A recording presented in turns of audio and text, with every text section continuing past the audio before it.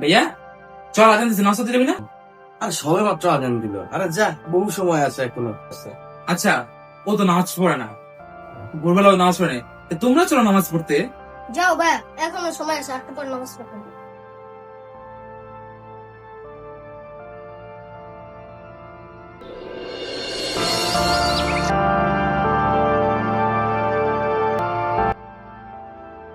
কি রে ভাইয়া, তোর কি আর নামাজের সময় নেই?